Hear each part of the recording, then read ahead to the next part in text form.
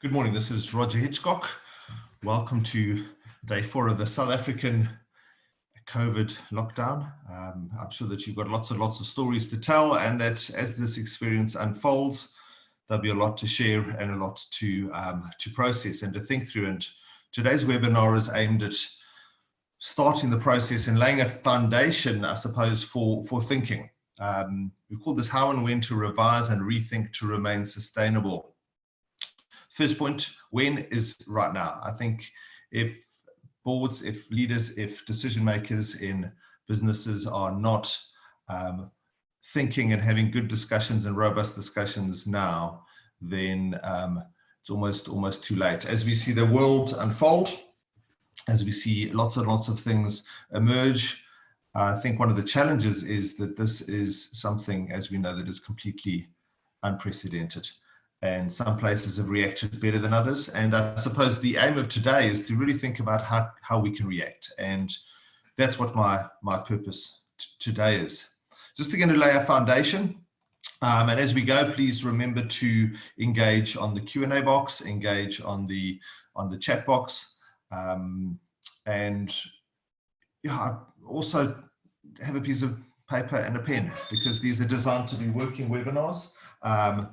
And so just to lay the foundation again, as this blizzard engulfs the whole globe, it's critical to maintain a clear head. And I think that's part of the process today, is to think about how does one maintain a clear head in this time. Help you to determine the next steps. And I think this is one of the critical conversations that we've been having. And today's process is going to be really aimed at thinking about what to think about next. Think through the implications and impact of these steps. So as you define and as you work through things, we've already obviously spoken about stakeholder engagement. We've spoken about risk management, and those are tools that I encourage you to go back to, because today's webinar is premised on the fact that we've touched on some of these topics already. So please revisit those and go through and pick up the tools that we've provided there. And then it is critical to make decisions. And I think today's webinar is going to focus very strongly on the decision-making process. If our thinking doesn't help us to make better decisions in a responsible and effective way, then the thinking is pointless. And it is about positioning yourselves and your businesses to see this thing through. As I mentioned as well, these are designed to be working webinars. So as the questions come up, as the comments come up, then please take notes, please ask questions, please engage.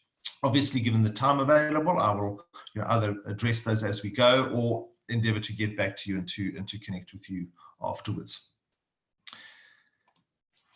This is in Winston Churchill's words, a very good crisis. And as Winston Churchill said, never waste a good crisis. All of our thinking has to be changed. All of our assumptions have to be tested.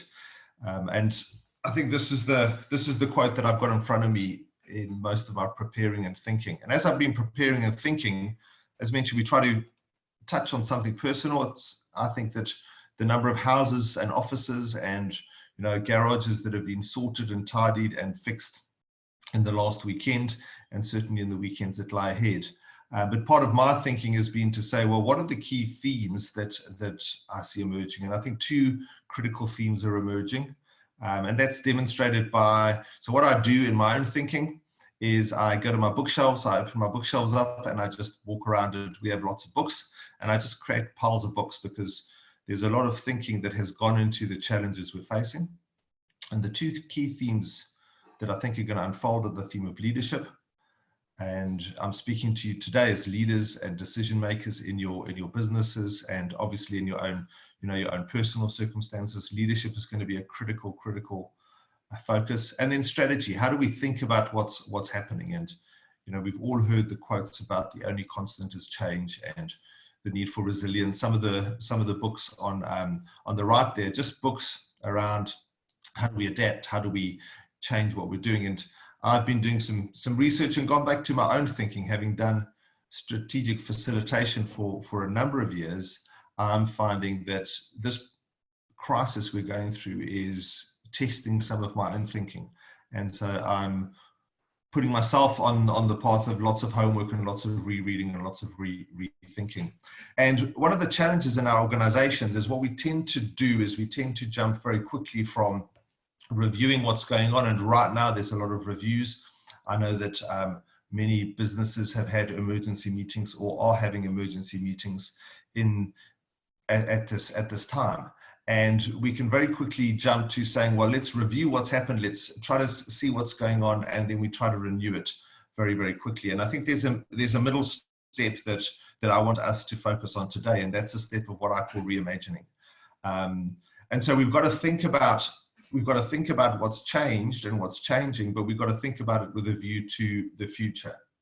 And one of the challenges in leadership, and especially in boards, and at board level or governance level, the one faculty of thinking that we don't emphasize enough is our imaginations. The ones with the imaginations are going to get through this process better than the ones that have no imagination, because we can't rely on our past history, because what we're going through is unlike anything we've ever seen. And so I encourage you to learn as a leadership team in your organizations to imagine together. And so one of the tools that I want to unpack for you during this time is the tool, the broad framework I'm using is based on a concept known as scenario thinking or scenario planning, scenario learning. There's a number of different ways that this has been unpacked. And one of the key things about scenario planning, or the phrase that I like to use, is that scenario thinking is exploring the future history of your business. And as we've always said in this set of webinars, is we believe that there is a through.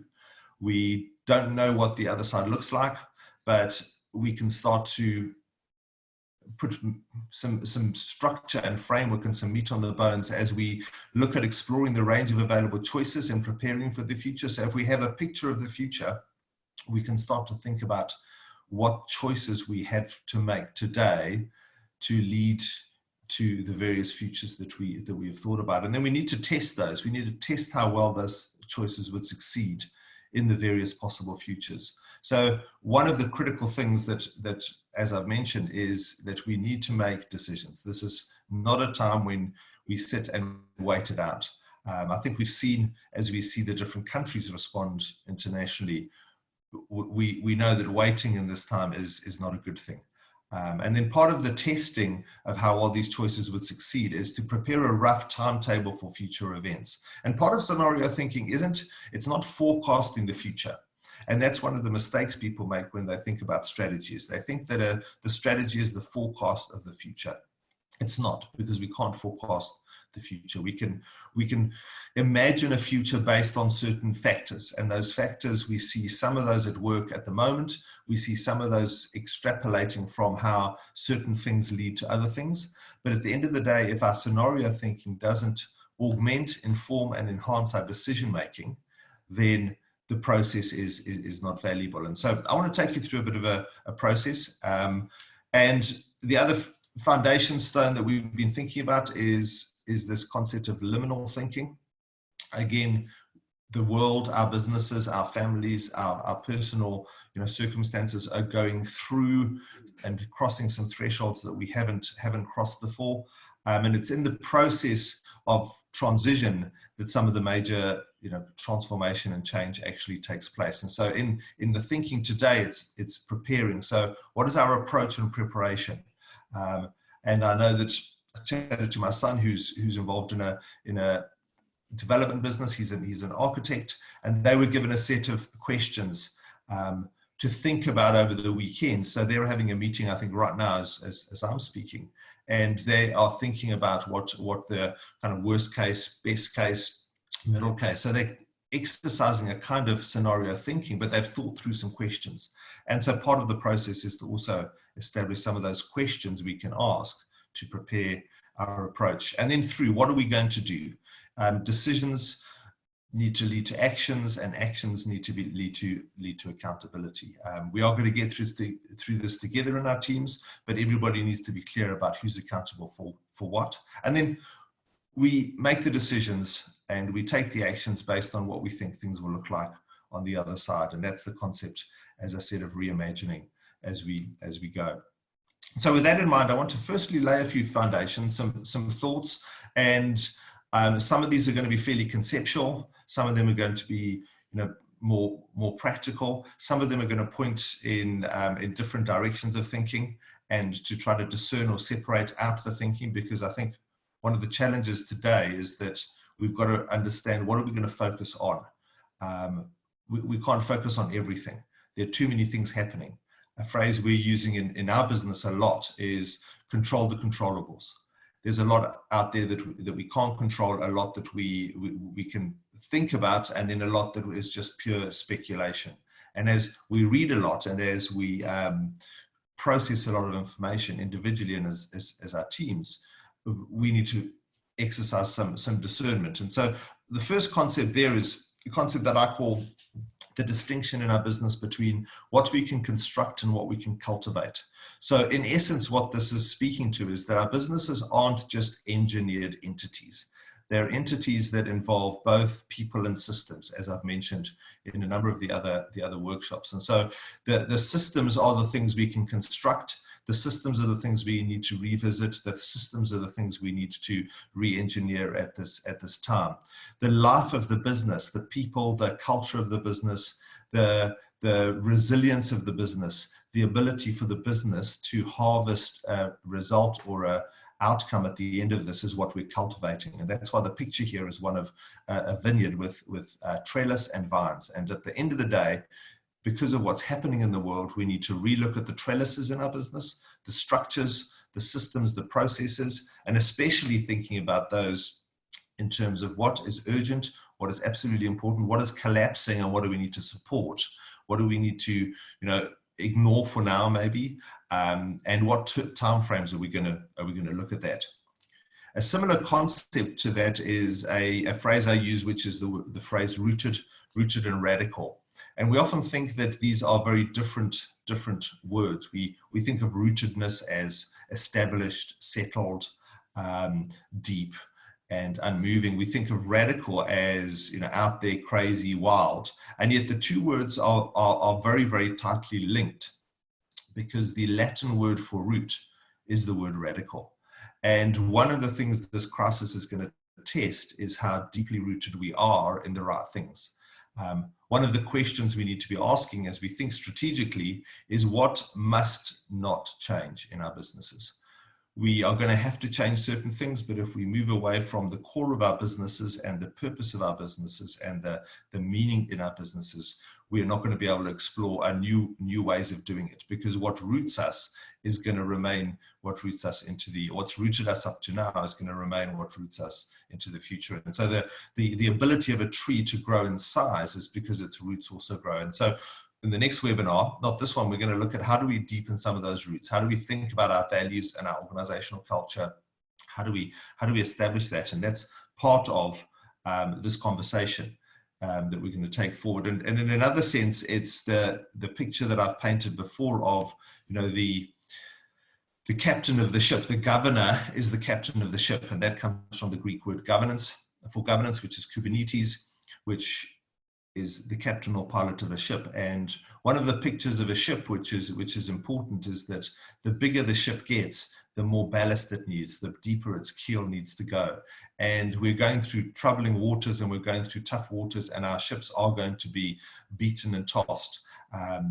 We're going through a blizzard, as we've used in the metaphor. And so one of the things we're going to need to do is to push deeper than ever before, and that'll enable us to go further than ever before. That also speaks to this concept I call tension in time. And this is the last conceptual concept, is to say that in our businesses, we look on a timeline in three different directions. The easiest is to look back. We can ask ourselves what's happened. And in this time, we do need to be doing that. We do need to be asking ourselves, what are we rooted in? And what has rooted us up until now? What's worked in the past? But remembering that the future is not a duplicate of the past, and especially in a crisis and through a crisis and from a crisis like we're talking about at the moment. And so we can learn from the past, but the most important thing is to look forward.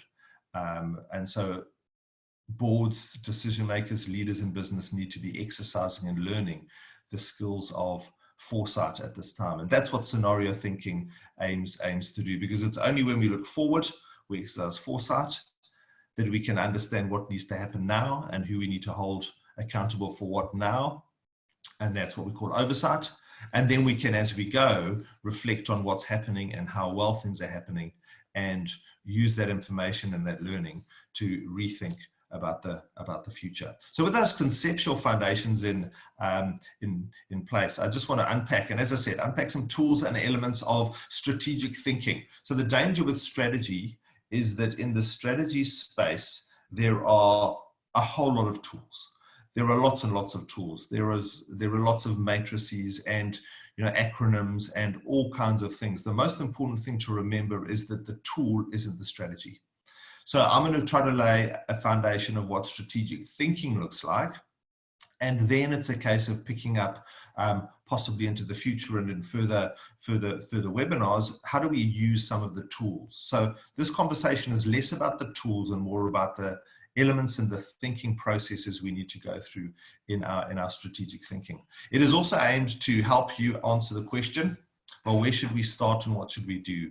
So we're entering a week. I think it's pertinent that this is an early Monday morning, relatively early Monday morning. It's kind of Monday kickstart, Monday get our minds in place to think about the week ahead. And so I trust that we'll be able to answer this question as well. And this is where it'll be good for you to throw some questions up if you've got any. Where should we start and what should we do?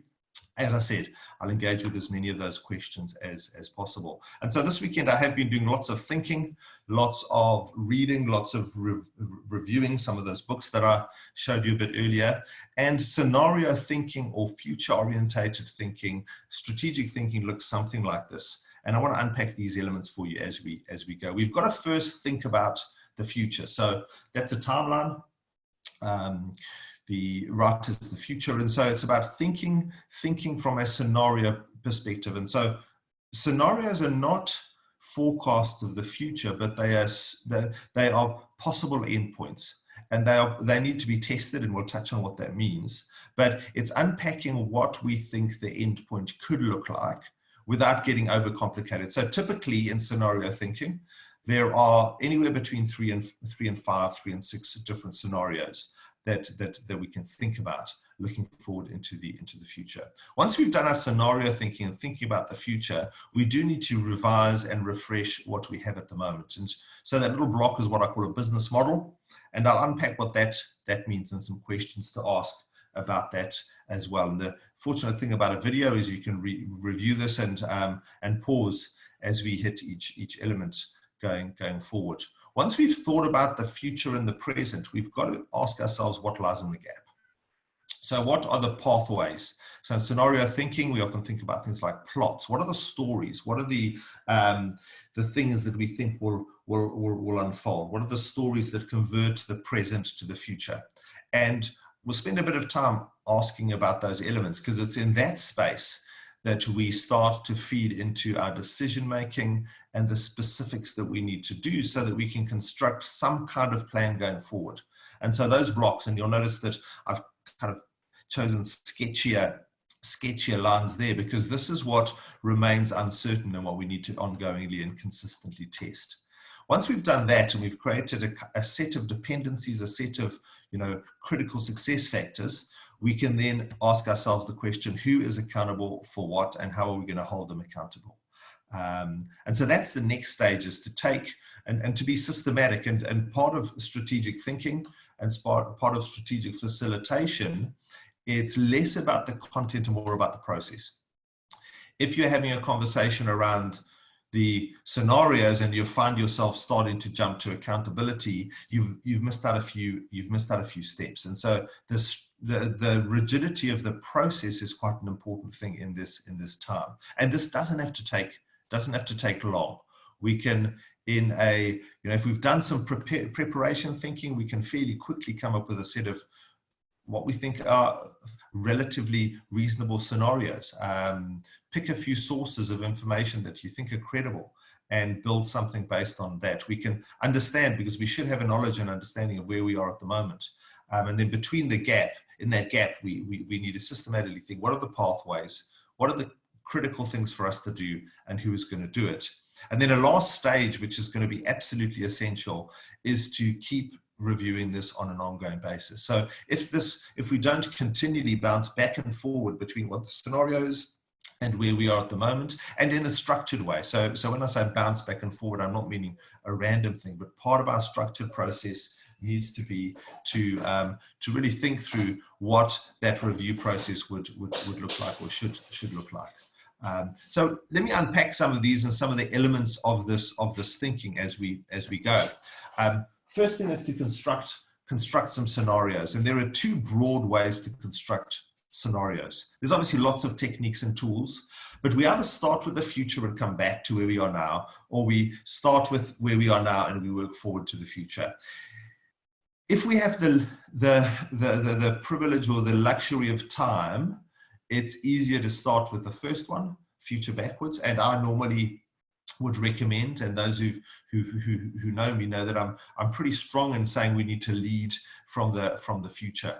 But in a crisis and in a blizzard, we can often only see a few steps ahead of us. But that doesn't stop us from trying to push forward as far into the future as possible. And when we're thinking about how do we construct and what do we think about, there are two broad categories of driving forces that our environments, that are in the environments that we operate in. And here the picture I have in my mind is the captain of the ship.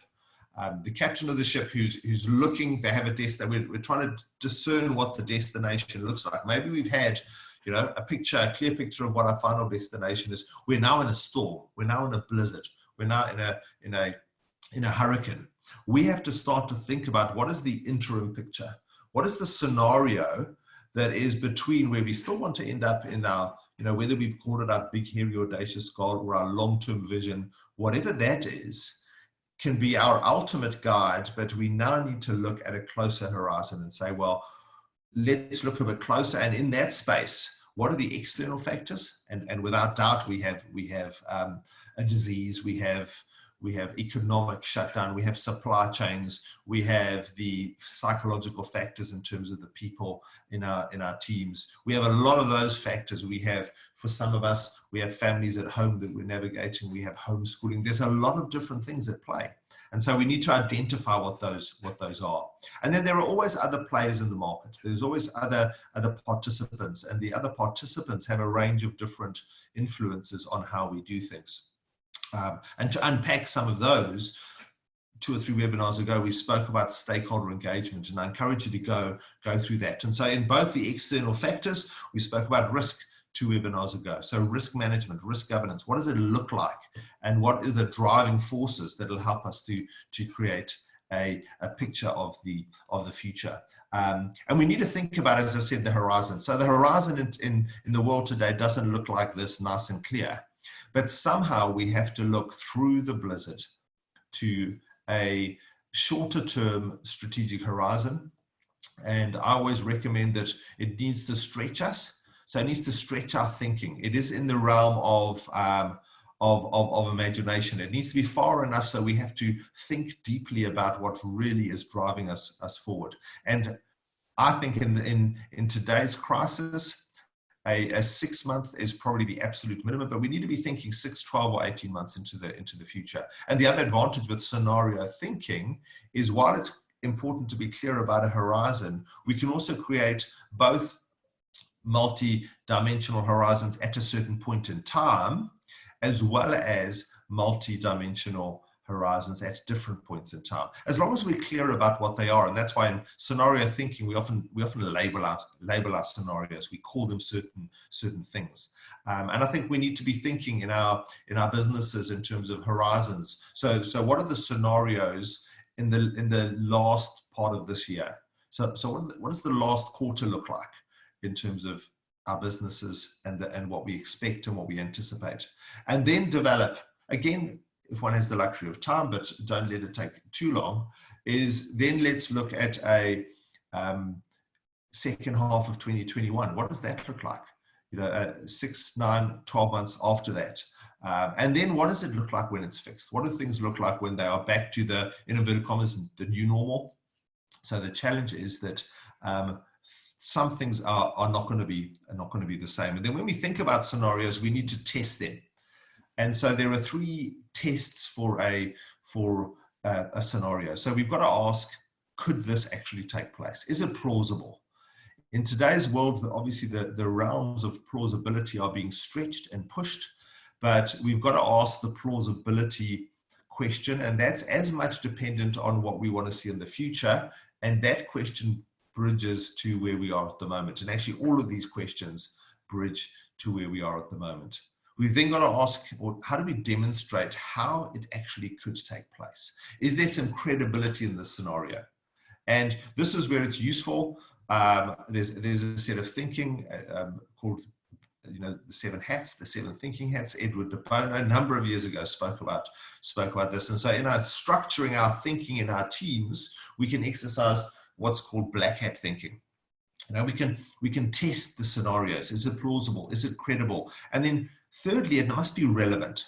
There's no point in spending time and investing time in developing a set of scenarios where there's no implications for the business. Because remember that the point of scenario thinking is that we can augment, inform, and enhance our decision making in the now. And I think that's absolutely critical. So step 1, the clouds at the end there, the things we're looking for is to ask the questions and say, well, what can we anticipate going forward, and to paint those into scenarios. And a scenario is a description. So it's an endpoint. The endpoint is, they've got to be specific, unambiguous. They should actually describe a particular endpoint. There should be some descriptions at a specific point in time, as I mentioned as well. And then what we can do is we can look at the present, and we can revisit the now, is we can revisit where we are at the moment. How does what we do now move us towards what we see then? So what are the things we're working with in the now? And a very, very powerful and useful tool, and I think it's extremely practical, is this concept of the business model canvas, where we are thinking from, in a sense, from, instead of the future to the present, we're thinking from our customers to us. And that's a critical thing. So there is a linearity, in a sense, in business model canvas thinking. It's from our customers, from our customer segments to us. The only amendment I've made to the business model canvas is, instead of, so the classic business model canvas has got 3 blocks: activities, resources, partners. I add the fourth block of key people, because I think people in the standard model are in the resources block. I prefer to think of people as not resources, but they are the people in the business. And so activities, assets, people, partners is the phrase I often use. And we need to ask ourselves the question. So if we start at the customer end of the canvas, and remember, part of this thinking does help us, and part of the thinking helps us describe the scenario. We can use this as a tool for describing the scenario as well as diagnosing the present. But in diagnosing the present, we've got to ask ourselves, who do we serve? Are we clear about who those people are? What is our relationship with them? What channels do we get to them through? And some of the challenges and the risks are that the nature of the relationship is changing. Face-to-face is no longer just the way that people are engaging at the moment, and using online platforms like the one we're using is opening up opportunities for customer relationships. What does a customer relationship look like when it is mediated primarily through an online channel and not face-to-face? What skills do we need? How do we use the tools available to us? And there are lots and lots of articles on how to do that, how to present better online. I'm doing lots of reading about that, because most of what I'm doing has transitioned online. What are the channels? So if a retail store, is it that we start to deliver? Is it that we find partners that we can deliver through or with? Do we build our own capability? Do we build other people's capability? Or do we rely on other people's capability? And then, is that changing our actual value proposition? Because the customers we currently serve have invested in our businesses through purchasing our products, because they believe we've offered them certain value. We've got to ask the question, what is valuable to our customers and to specific customers into the future? What value do we offer now, and what value do we need to possibly offer into the future? We can then ask the kind of two angles of questions. I like to put the activities and the people together, because critical to building a value proposition is asking the question, what do we currently do, and who currently does that?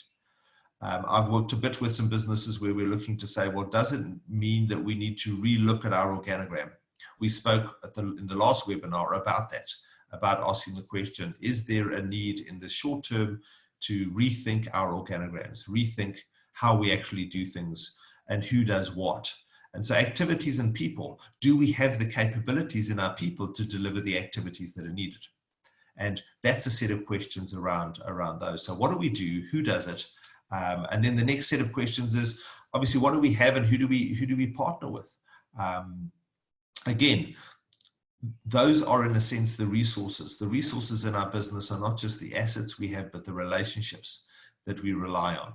And again, thinking about risk, thinking about stakeholders, I would emphasize again, we need to think about how do we map our relationships with our key partners or other stakeholders, and also how do we quantify the resources? How do we quantify what we actually have, so that at the end of the day we can review exactly where we stand with a view to then, so the next stage of thinking is to then say, well, what lies between here and there?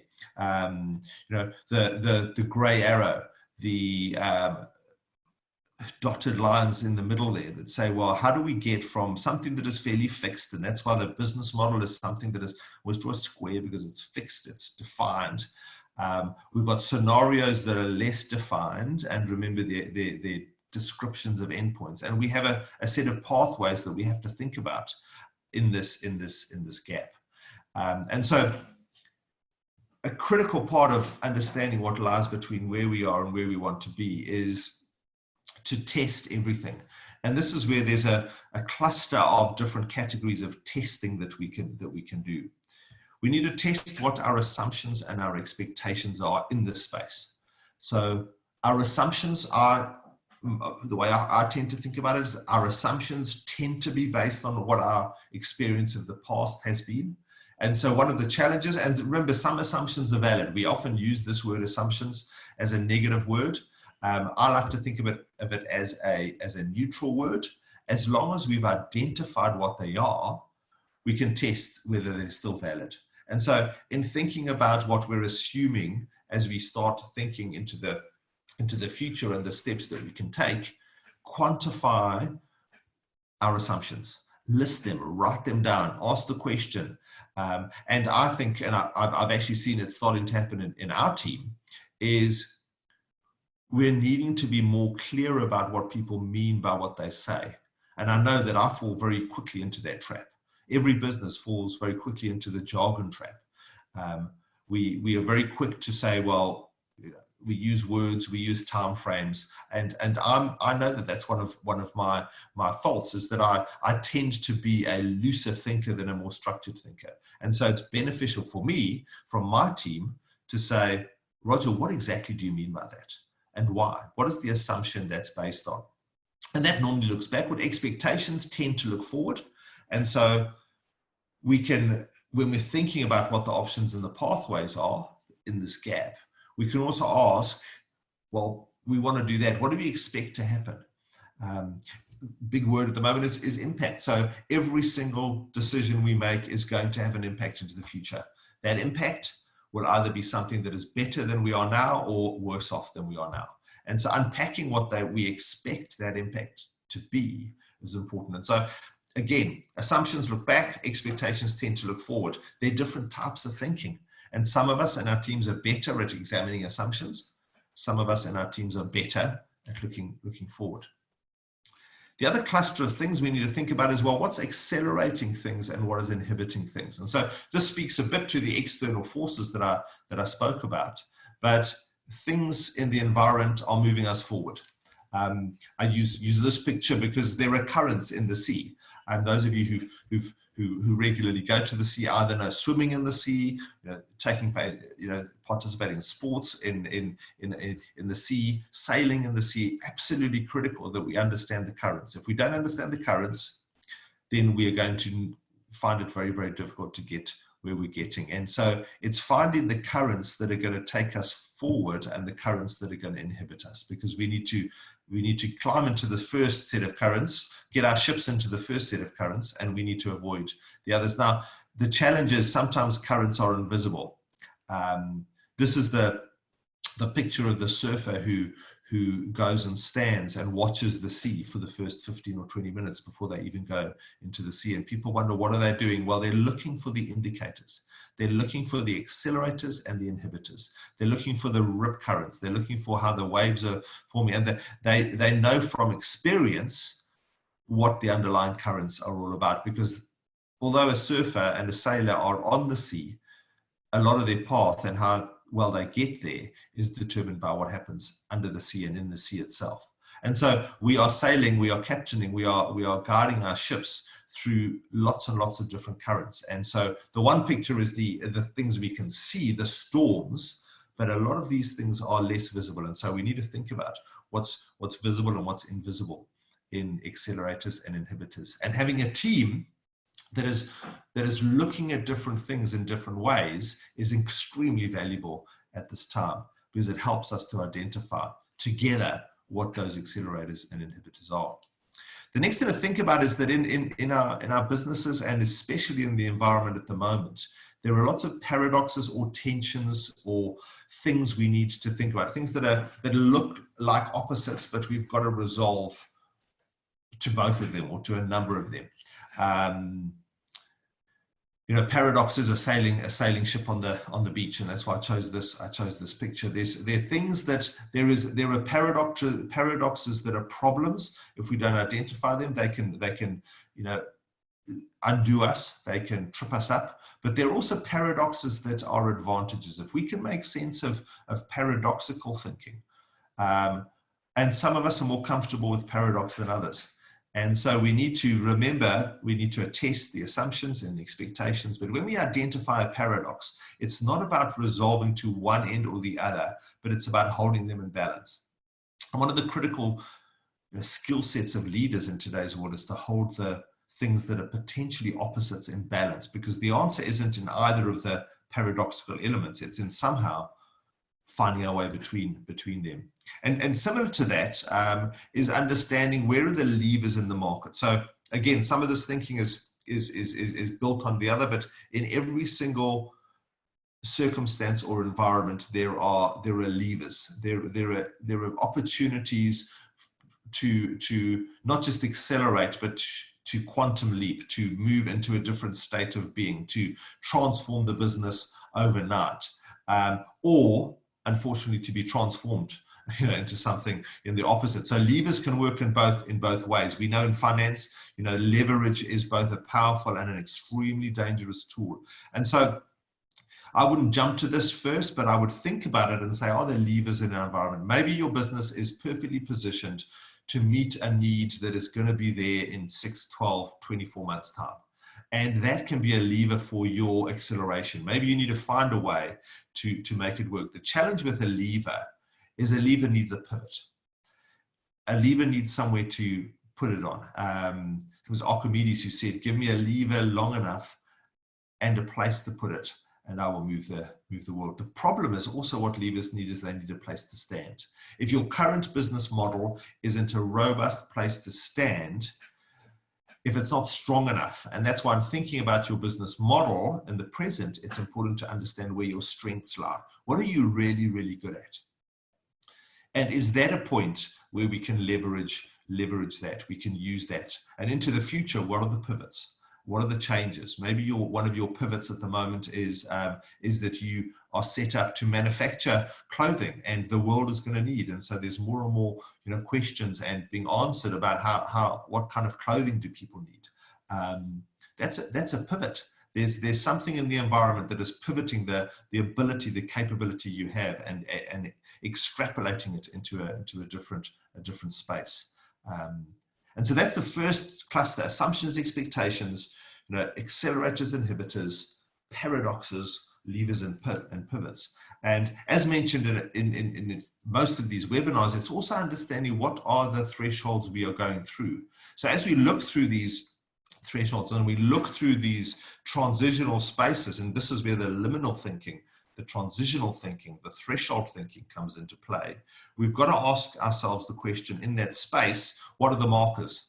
So picture here we're at, in terms of my picture earlier, is we're now at these red blocks, these key dependencies, critical success factors. One can call them markers or identifiers in the space. You know, what are the markers we're looking for? What are the waypoints and the features? Because it's not just good enough to have a clear picture of what the future looks like, the scenario or the set of scenarios, but it's important as well to ask ourselves, what are the waypoints and features on the way? Because if we don't know what to look at as we move, we're not going to be able to determine which route are we actually on. And that's the point of scenarios. Scenarios is a range of potential destinations, and we get there through different pathways, but the pathways must be identifiable. So what must we look for or look out for as we move forward? And so what does 2 look like? What is our preparation? What do we need to do to get to the top? So we can see here, a mountain climber has a picture of the top of the mountain, but they are at a present position. So what is the between? There's a valley, there's hills. There are things, because the preparation is how do we position ourselves for the journey, and thinking about that. So what are the markers in your business model? What are the critical numbers you need to monitor? What are the things that are changing? What are your strengths, your capabilities? So that's the preparation and anticipation phase. There's the through. So we know we are going through and we're already in a crisis, but if we can anticipate what are the markers. So in our countries, we're obviously looking at, and most of us are monitoring on a day-to-day basis, the number of cases, the number of deaths. All of these numbers are great, but they're only great in our businesses and our strategic thinking if they help us to respond to them. And so what are the challenges we're going to face? What are the markers and the waypoints and the features of the journey between now and where we anticipate we will be? You know, what do we need to climb up? How are we going to put our equipment to use? And so thinking through that as we go, because once we've reached a certain point, it's important to look ahead at the next point and not just reflect. Reflecting is important, but we can't look backwards. We have to very much look forwards as we navigate this blizzard. And so the markers and the waypoints are absolutely critical, because it's only when we've got those that we can create accountability. And the accountability is where we define specifically what are the milestones and measures. And I'm using lots of words here. You know, what I mean by waypoints and features are the nature of the environment, the nature of the things we face. Milestones and measures are specifics. What must we do or accomplish or achieve by when to know that we're moving towards our scenarios, our vision, fulfilling our promise, moving forward. It also helps us create the accountability, because it's only when we've got a specific measure, a specifically measurable something that we can actually give it to somebody who can then become accountable for ensuring that measurement is achieved or reviewed or identified as unpacked. You see, what we don't want to do as decision makers is retain all the activity to ourselves. It's one of the dangers of leadership is we want to keep it all to ourselves at times like this. We've actually got to trust our teams, and we spoke about that last time. We've got to create situations of trust. Our people are now not working in our offices. They're working distributed. They're working all over the place. The best way to manage our people is to manage them towards outcomes, and those outcomes can be defined by key milestones. And those milestones must be linked back to the path that we intend or anticipate to follow, and they must be measurable. If it's not measurable, there's not a key number. If it doesn't have a time frame in it and it doesn't have a name attached to it, it's very, very difficult to use as a management tool. And then once we've done that, we need to ongoingly reimagine and reimagine and reimagine. So the process of continual reviewing, renewing is absolutely critical. That red line I had at the bottom, that continual bouncing around, bouncing back and forward, is critical to going forward. And so, in terms of scenario thinking, And as we're winding down, it would be great to have some questions if you've got any, or comments. But I do encourage you to structure your thinking over the next, and this is something that could happen in either one event to an extent, thinking about saying,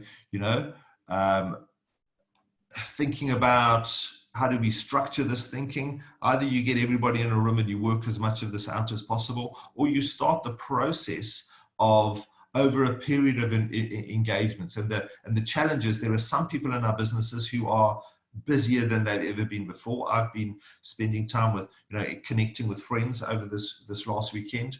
And some people are saying they've never been busier. Other people are saying, well, we don't have anything to do. And so it's allocating the time appropriately to what people can handle right now.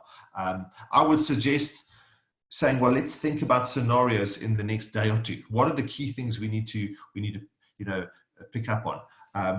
At the same time, I would be asking questions, and obviously not to overlap. At the same time, I'd be saying, let's be clear about what we can do. What are we good at? What are the activities in our businesses that we can rely on? What are the things we need to think about in terms of, remember I mentioned construct and cultivate. And Mahesh, I think that's another powerful term to think about, is that we need to reinvent things in this time, rethink our business models. And then think about, so once there's clarity in terms of what the anticipated scenarios are, and clarity among the team, then I think it's really powerful to then have a conversation around, well, what are the options going forward? And Anneke, I see the question, do you send your team members pre-work at the homes and then run an online group session? That exactly is what I would be thinking of at the moment, is I'd be saying to my leadership team, I expect you, or I expect us to be spending time in the next, it's urgent. I think we need to be examining our businesses extremely deeply at this time. And I would prepare, questions. I would even use a, scenario thinking, like, best case, worst case, middle ground. I know that's not perfect, but it helps us think about those things. I would ask questions about driving forces or driving factors. What are the external factors we're experiencing? What is your perception, our perception? And I think that's critical. I would certainly, Anneke, create a process which is back and forward. Spend time online, spend time in teams. And it's a critical part of this is, so one of the tools that we've used in Sadar is something called a strategy council. And it may be thinking in your business, who are the key decision makers and how do we engage? And even if there is a, half an hour, 45-minute strategy council meeting with the key decision makers, clearly facilitated by someone who understands the process, once a day for the next 2 weeks, or once every second day, depending on your time factors. I think it's absolutely critical to design the process, and we're happy to help you engage that as well. And then we need to be, once we've got the pathways down, we need to be asking our questions, the accountability question. We've got pathways, we've got critical success factors, the accountability question. If we're not giving the accountability to do things to our people in a way that authorizes them, so a policy structure, a policy framework would need to give them the clear mandate of what to do, description of the responsibility attached to that measure or that indicator, as well as authorize them to do it. And part of the authorization could be relooking at your delegation of authority, relooking at how do you make decisions in the next 3 to 6 months in terms of funding, in terms of budgeting, all of those things. And some things you need to control very tightly as a business, but some things you need to give away, and that's rethinking your process. And I also think, as Anneke has mentioned, the first thing to do is actually to lay out the process, and you're welcome to use this picture or something similar, to lay out the process and train people how to do the different things. Our people are going to be tested in ways that they haven't experienced before in terms of their thinking. And then part of the strategy council or the strategic forum or whatever you call it, or the strategy committee at board level even, could be to design your review cycles. So everything is compacted in today's world. I would go through a complete cycle of of scenarios, the present, the pathways, the critical success factors or dependencies, and the accountabilities. I would go through that and I would put it out there and I would review it fairly quickly. I wouldn't let it run too far, but I would also create a back channel that that people can also use. And so hopefully this thinking has helped you in terms of understanding a process of strategic thinking. A couple of questions have come up here. Let me just quickly take 30 seconds.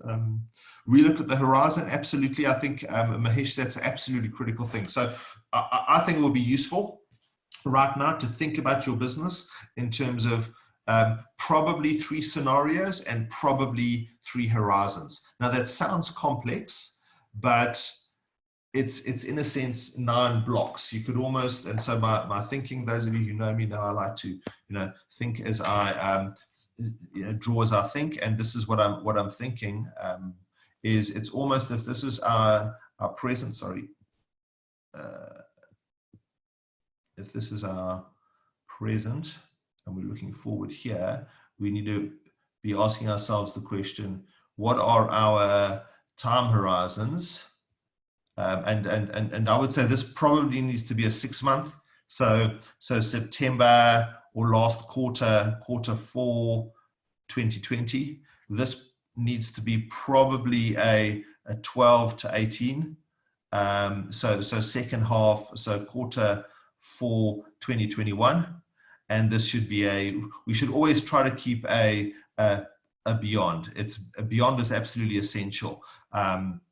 And then it's being as clear, and what you could even do in your teams, again, I'm thinking aloud, hopefully it's helpful, is to ensure that we have clarity for who's accountable for what horizon. The longer time horizon by definition would be a governance or a board horizon, but management will be here, but there needs to be, in today's world, there needs to be involvement across all 3.